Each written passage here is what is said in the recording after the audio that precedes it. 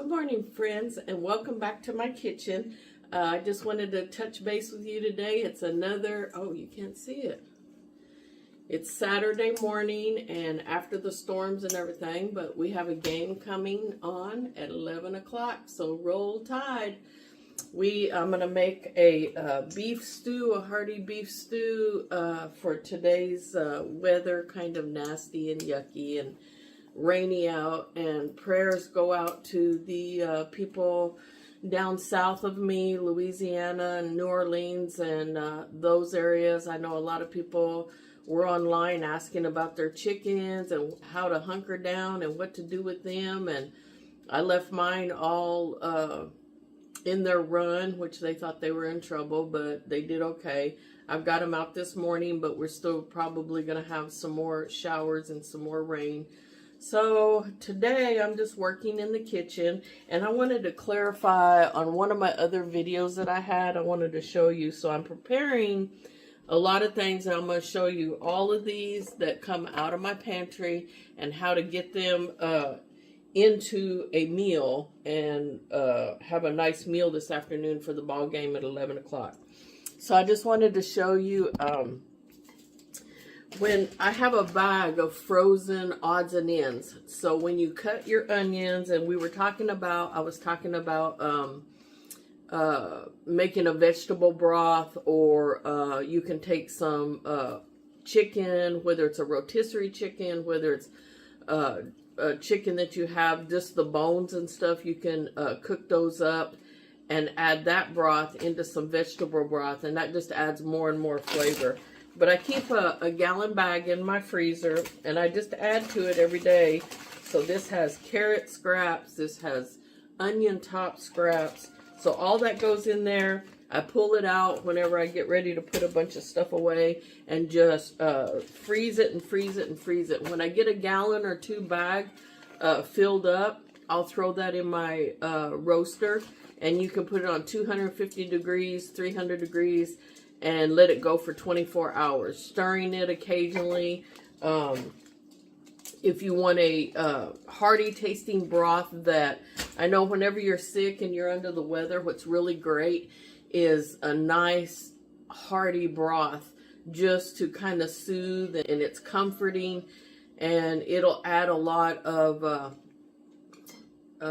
gut health, gives you a lot of gut health. And if you can't hold a lot of stuff on your stomach, if you're under the weather, that may be something that you can do. And you can season it, salt it to taste, where you could just drink it just like that. Here's one of my, let's see, this is my chicken broth, which I get them in different degrees of hardiness, is how long you let it go and how long you let it. And this one, I guess I let it go pretty long, but I think that's just beautiful. And I've been using this off and on in different recipes, and it's just been wonderful. I love it. I don't even, I don't siphon off all that, because all that in the bottom to me is just really good flavor. And so I'm going to show you how I'm putting stuff that I've canned. I'll go over each thing that I've canned and how I'm going to add it to my Dutch oven and make a really good hearty stew today. So again, from a local farm, I'm going to do beef tips. You can do hamburger, you can do chicken, just whatever protein you want to add to that. My onions, I need to cut these up because I wanted the bottoms, and I've got them planted out in the garden, and they're up probably about this far. They're doing wonderful. We got a lot of rain. We probably got maybe 3 inches of rain or something, but nothing drastic. No, the wind was blowing, yeah, and it ripped the cover off of the hot tub, and it went flying, and it's all tore up, but that's about it. But the rain was much needed. I held off and held off and held off watering, and my poor plants were wilted down and everything. And I thought, if there's no rain today, I'm going to have to end up watering. But thank goodness we got some rain overnight, which we needed it very bad. We could have done without the wind and all of the, we had a lot of power lines down.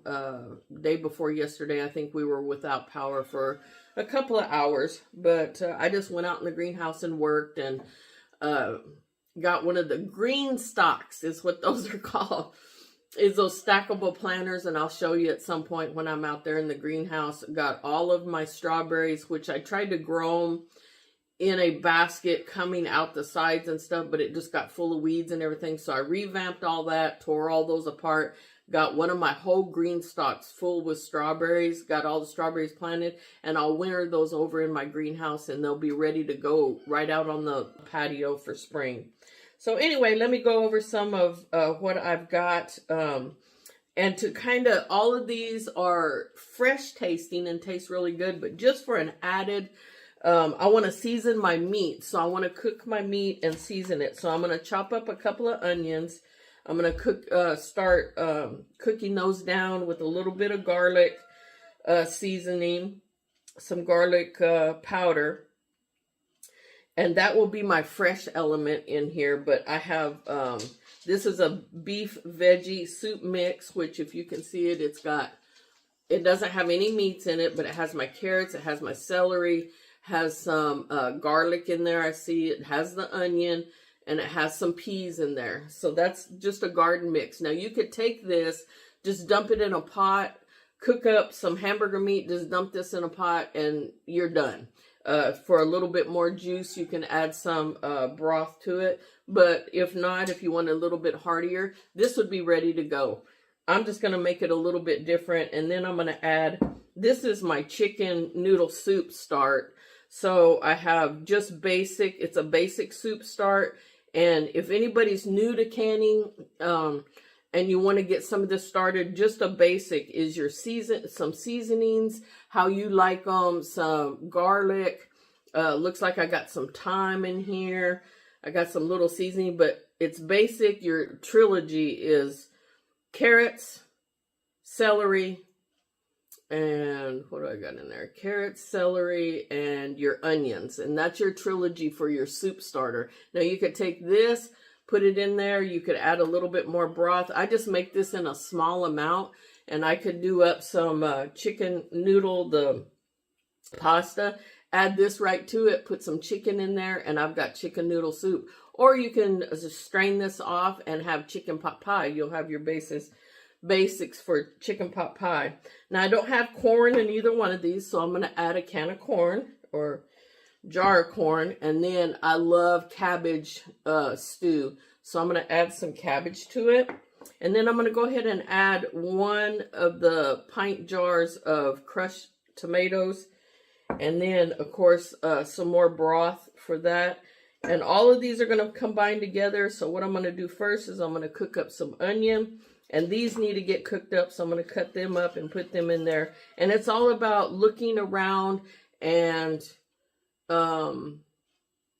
using what you have. Don't let anything go to waste, because if you've grocery prices today, if you buy it and then you end up throwing it away, you've doubled your expenses in your groceries. So look around and see what you have and what you need to use. And if there's some fresh stuff that you need to add to all these, by all means, omit something else and add some fresh. So I'm going to cook this up, and I'm going to cook my meat in this and kind of season my meat up and have all this put together. And one other thing I wanted to show you that I got done earlier in the week. So if you all are thinking about some Christmas gifts or something, this was so wonderful. I made the best peach jam. So I took, I think I told you in the last video, I had 5 or 6 fresh, they weren't so fresh. They were starting to go bad, so I had to get them processed. I was going to do it that afternoon, and when we lost electricity. So that just tells you need to kind of be prepared. I had 2 bottles of water, and when the refrigerator doesn't have no electricity, you're not getting any water out of there. So I told my husband, we need at least a couple of cases of water to put back for those emergency times that, and I was like, all of a sudden I was thirsty and I wanted some water. So I dug out a couple of jars of water. But anyway, I followed the regular, it's in the new Balls canning book, and it's a spicy peach. And I added cloves. I love cloves. I love cinnamon. I love all of that. With my peaches, I make my spicy peaches. When I can peaches, I put cinnamon and cloves in there. So I made this one up, and let me tell you what, if you want the taste of Christmas, I know it's too early to be thinking about Christmas, and we don't want to think about Christmas, but this has Christmas written all over it, and this would be great to take to you can't hardly mess up a jam, a peach jam. Now the apples are coming in, so you can do a spiced apple jam, something like that, an apple butter with the clove and cinnamon in it, and it is just wonderful. I don't know how much, and then for a little bit of a kick, in the recipe, it called for crystallized ginger. I guess that's just dried ginger, but I had some fresh ginger. So I grated all of that fresh ginger up and then put a couple of little handfuls or a couple of little pinches of fresh ginger in there for a little bit of kick. And you can catch that kick on the back end. I'm telling you, this has Christmas written all over it. And this would be a great gift to take with you when you go to families and friends get together this Christmas. So that's just an idea that you can do. I've got 2, 3, 4. I got 5 jars made and 1 in the refrigerator. We've been eating on, almost ate it all. So I think I'm going to go ahead and take my advice and do some apple and see if I can get that same kind of spiciness and Christmassy taste and do an apple jam or something like that, because peaches are just about done right now. I do have canned peaches that I was thinking about pulling some of them canned peaches out that I did earlier in the year and see if I can get the same, drain that off and use those peaches, and it should come out the same and get those. But I don't know how many of my jars of fresh peaches that I want to do that to, but I might do a mix like the apples and the peaches. And then also there's a Christmas jam recipe out. And you can, any of these jams that are basic, you can add the ginger, the cloves, and the cinnamon to, and get that same flavor. That I think that's where the Christmas flavor comes from. But anyway, I'm going to get started on this, and I'm going to show you what I'm going to do as far as get all of these chopped up. And I'm getting my Dutch oven heated up.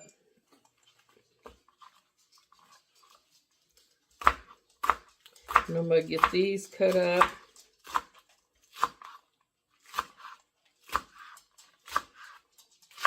And since I'm using 2 different ovens, that's not going to go to waste. I will use that in something else.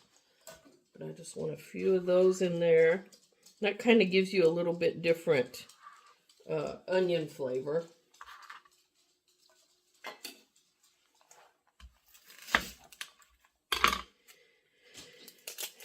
And if you ever get a lot of, whoops, it's going to go in here. If you get a lot of onions that are really, I think I was talking about onions and how to cut them. So you're going to go from top to bottom. And you don't get that spray. This does not interrupt the cells because you're kind of going with, I guess, what you would call the grain of the onion. And you're going to cut in here like this, and you don't get that spray off that initially I haven't had no problem, like I said, until I got those little homegrown and onions, and I was trying to cut those up. But I'm going to cut these up just a little bit finer, even though I do have some in here, but I want to flavor this meat, and nothing flavors it better than some fresh onions and some garlic powder.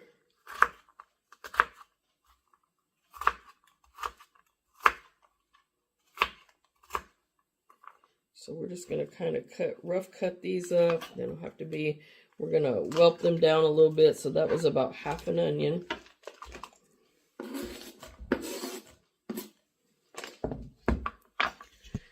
And I'm going to get that started in my pot right there. And I'm going to cook these down.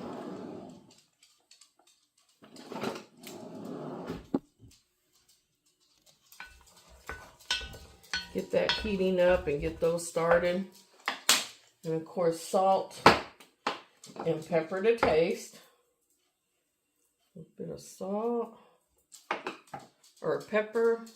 And then a little bit of my salt.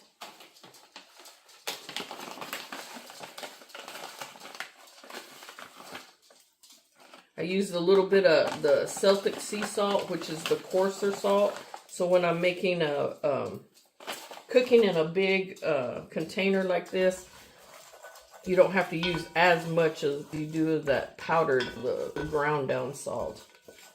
And I'll get all of this going, and then I'm gonna cut my meats. Start getting this cut up, and I'm gonna cut these a little bit finer. I don't do really heavy chunks of meat. I have to have stuff kind of just a little bit smaller. And these are just beef steak tips that I have thawed out.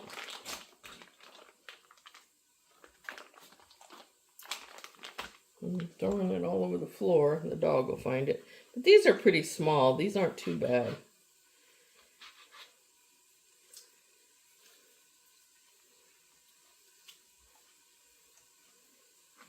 But I like them just a little bit. I want them like the same size as what my vegetables are.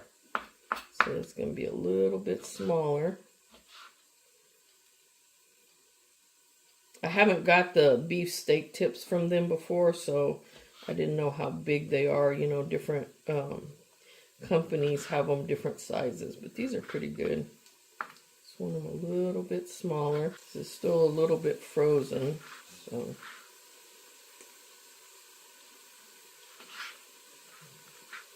Sometimes it works out better if they're a little bit frozen.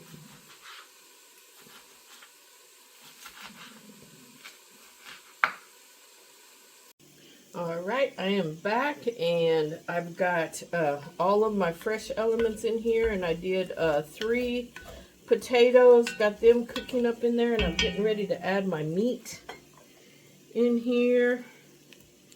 Cook my meat down. And the key to this is trying to have everything about the same size as what you have in canned up. And get this meat browned up and get it all in those onions and these potatoes and get that cooked up. I put the potatoes in there because they were fresh. I don't have any more canned potatoes. My potato harvest was very small, so I've got that started again. But I got the fresh potatoes in there, and let them cook down a little bit so they'll soften up, and then we'll let that cook down, the meat cook down. I'll add all of this everything that I've got. I'll add that to it, and I'll come back. Smells wonderful. Mix that up from the bottom. I got that in there. And I'm going to let each thing kind of stir it in, kind of let the flavors mix together. That looks like a great start for a beef stew base. So I've got that in there. And then the next thing I'm going to put in is going to be our beef veggie mix. And remember, folks, all of these are already have been pre-blanched, pre-cooked. I'm going to get a little bit, get all that goodness out of the bottom of the jar.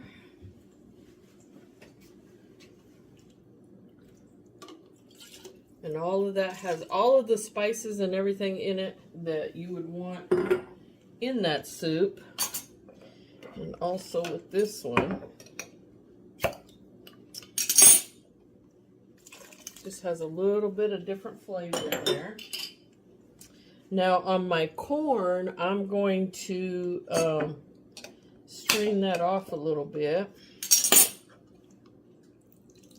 Just because I already have all the goodness, but it does smell wonderful.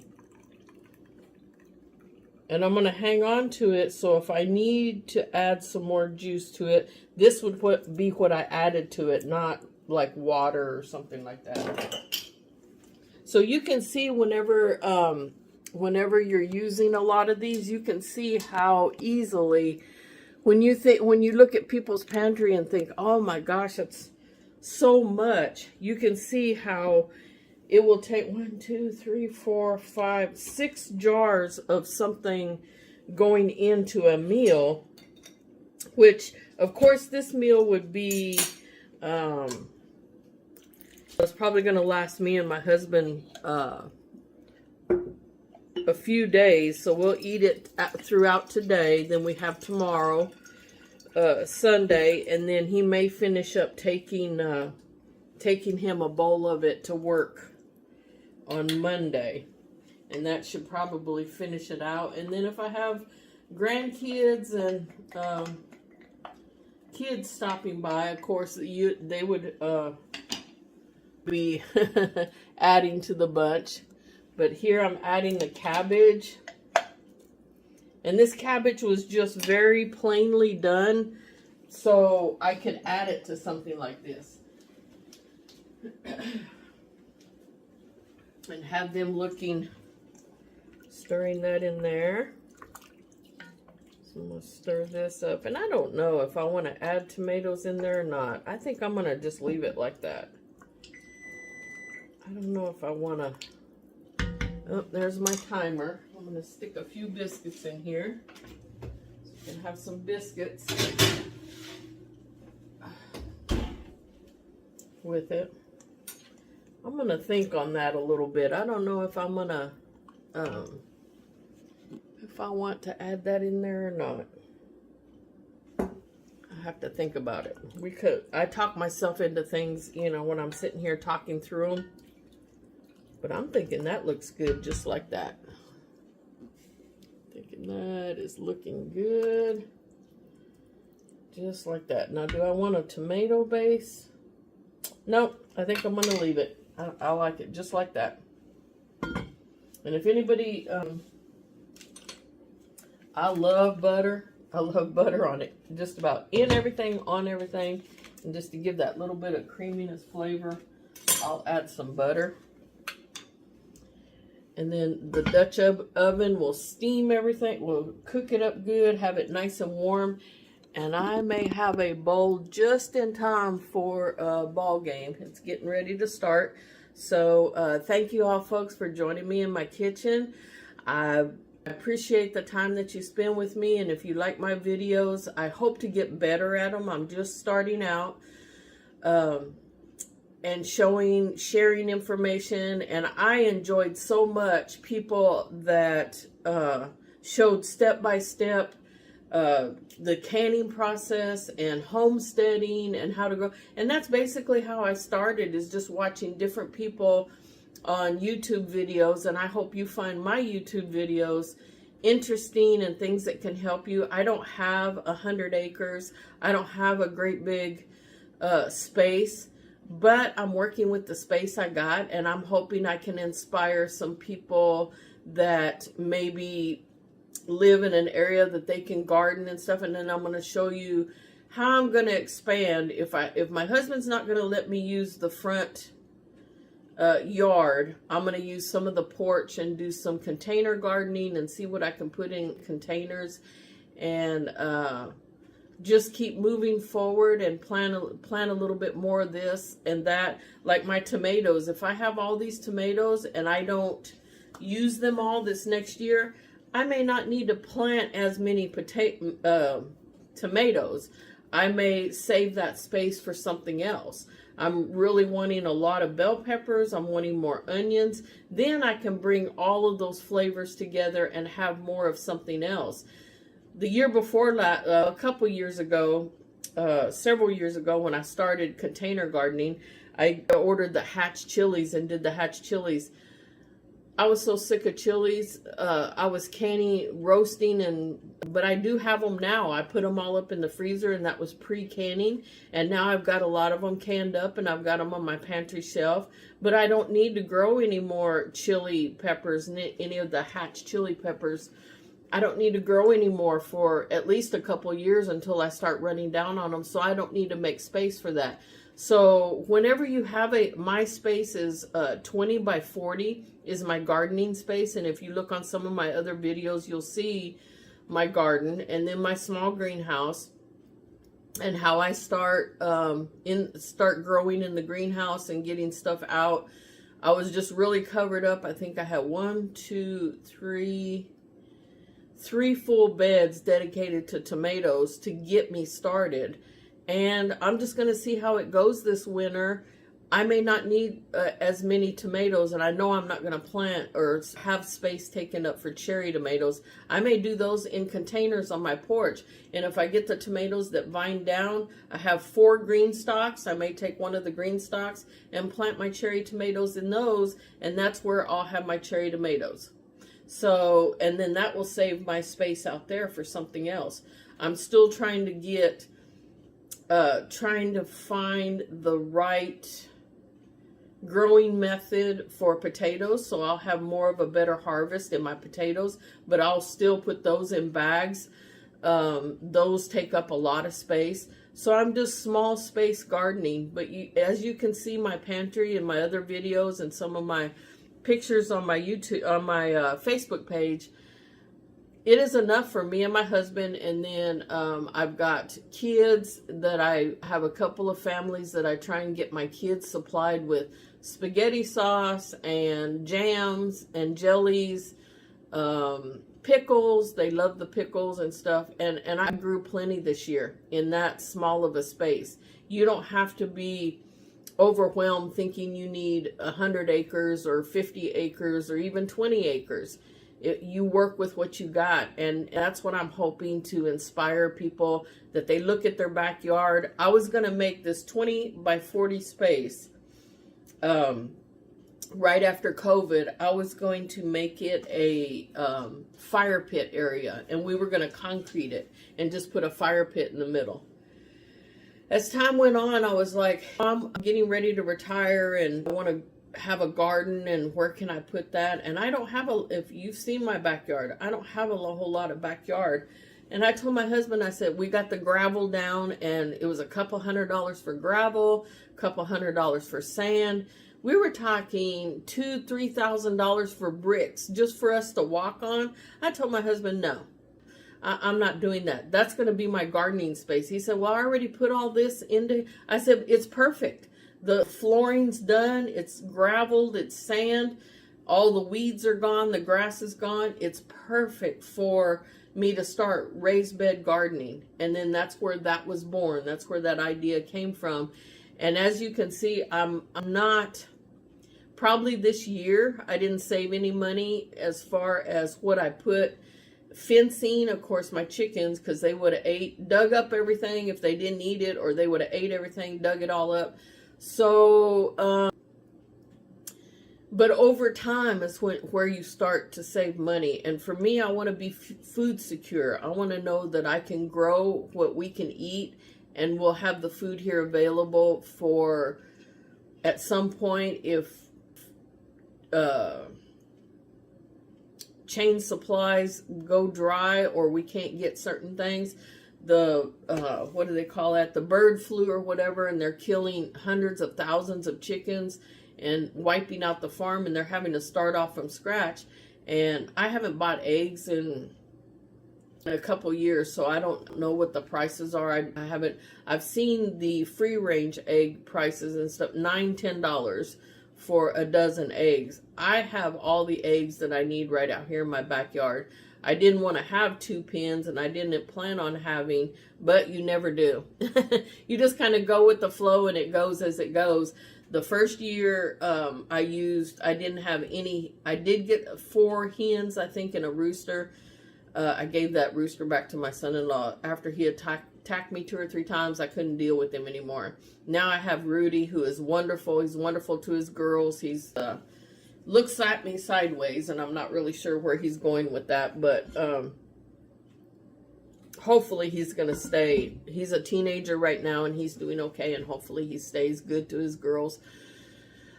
And I don't know, somewhere down the road, like you don't need a rooster, but somewhere down the road, I have leg bars that people like leg bars for the blue eggs. And I have olive eggers. I'm hoping I have olive eggers, 2 girls.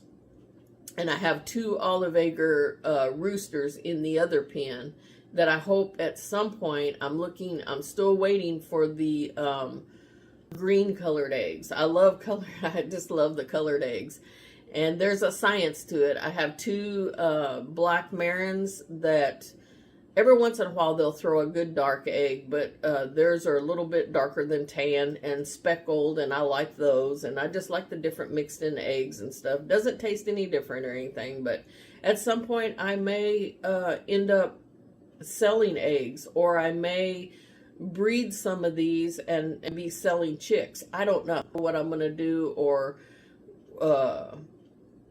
raising chicks is very time consuming and very nerve-wracking for me to make sure I've lost some chicks to leg problems, feet problems, and just, I don't know, problems. I haven't had any just outright die on me, but I've had to call several because they weren't getting any better with whatever treatments I did.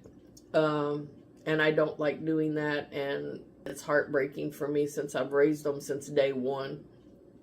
But if I get to that point that I feel like I can do that, I may end up doing that. That's why I keep my roosters. But you never know where you're going once you start into this. But like I'm saying, I only have half an acre out back, and my husband really won't let me touch out front. He did let me grow the pumpkins out front and my squash, but he's telling me I have to do something different. So we're trying to look at our property and see where I want to do some in-ground growing.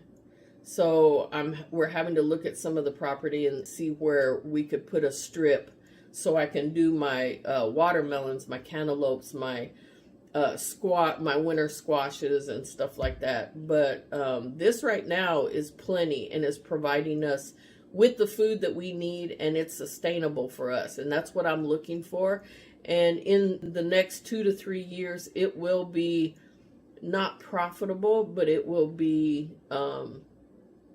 saving our bottom line as far as groceries and the seeds that I have now, and buying a seed, a 50-cent pack of seeds or $2 pack of seeds, and be able to grow those year after year and get those back. And then some of them I know I'm going to have tomatoes that I threw down in the beds. I'm going to have tomatoes. I'm not even going to have to plant tomatoes. I'm going to have volunteer tomatoes coming up everywhere that I'm going to have to end up pulling out because some of them I don't want. But I just hope I can encourage people to start thinking about how they can be self-sustainable. There's some people that I've been watching on YouTube that really brings it to a almost anxiety type level as to what we need to be doing right now. But if you start out slow now, a few containers here, a few containers there of this and that, you will be able to see how it takes one little pot in a gallon bucket, a 5-gallon bucket, to give you some of your products that you need to make. And then you go to farmers markets or you go to the grocery store. We can still get that stuff now, but the prices are pretty much up there. Even if you do your herbs, I hate going to the store and buying a little package of dill, fresh dill for like, I think they're $6 now. If I haven't looked in a while, where I could throw some seeds out, and I'm going to get a green stalk and I'm going to plant, because I'm going to put it in my greenhouse, and I'm going to do, you can do herbs, your oregano, you can dehydrate that, grind it all up, put it in jars, and you have all your spices and stuff that you don't have to pay $3 and $4 and $5 for to be able to spice your foods. Maybe that's where you need to start and see if that works for you, and then see how that helps you in your budget. That's the only thing I go to the store for, is for milk and cream and oils, and order off of Amazon. You can order the bulk. I got a bulk package of peanuts because, and I think it was $7.99.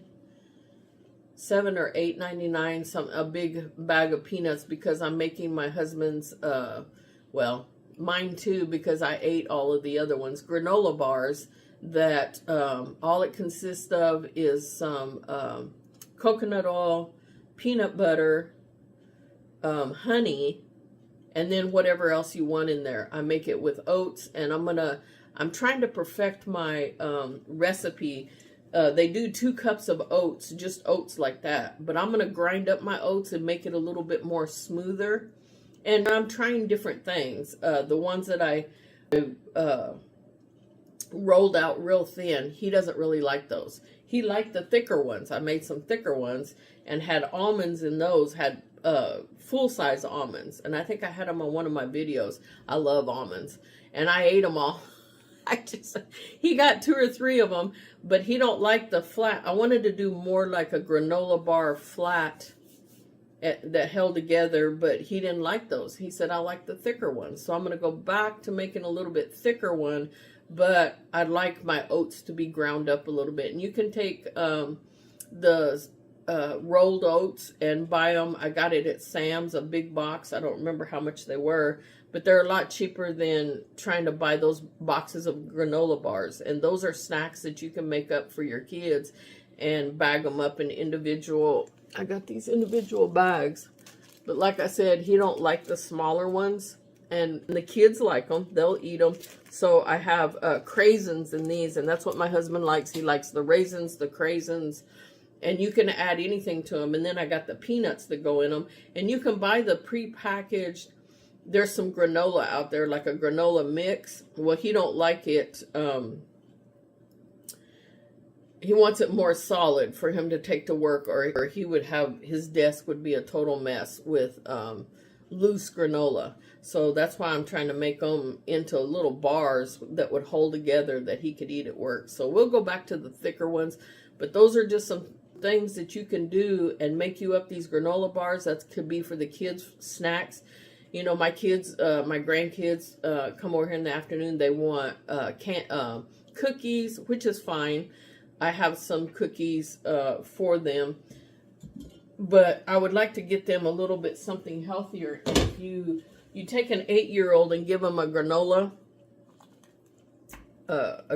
bar, he thinks he's getting a candy, like a candy bar. And then you can even take them and swirl some chocolate over the top of them, and then that makes it, of course, that makes it a candy bar with some chocolate on there, and you can add to it.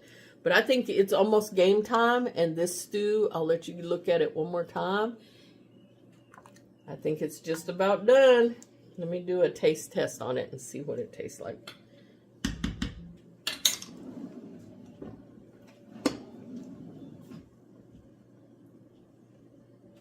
It's nice and warm.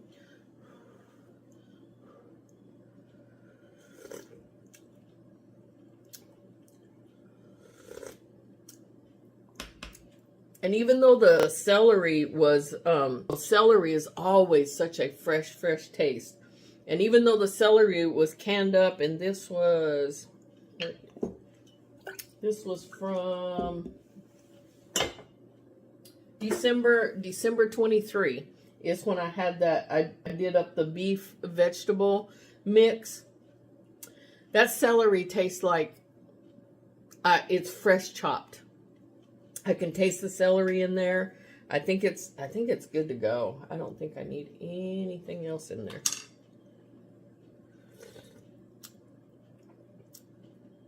Oh man, I think it's just perfect. That's great. Well, it's almost game time, people. So I am out of here. Thank you for listening to my rambling. And if you have any questions about gardening, how to use your products, how to can. I'm doing the canning. I do my canning videos. If you need any help with any of that, don't hesitate to ask. I do pressure canning. I do water bath canning. And then I got my electric pressure canner back. I do electric pressure canning. And started last year. Like I said, I canned that up in December. And I think that was some of my first batches that I did when I first started learning to can and stuff. And it's very easy. If you don't watch me on YouTube videos, they're hundreds of them out there, and that's how I learned. So I encourage you to get on there, find somebody you resonate with and can support them on their YouTube video, and subscribe to them. And I watch several all of the time, and they feel like they're my best friends because, and they have no clue who I am, and they don't, but they're so inviting, and they're so informative, and they're so positive. It just helped me on my journey, and I hope somebody can help you on your journey. If not me, you can find somebody to help you. And thank you, folks, and hope you'll subscribe to my YouTube channel, watch some more of my videos, like if you like the information that I'm giving you, and if you have any questions or anything, just ask. And I appreciate you joining me, and we will see you in the next video.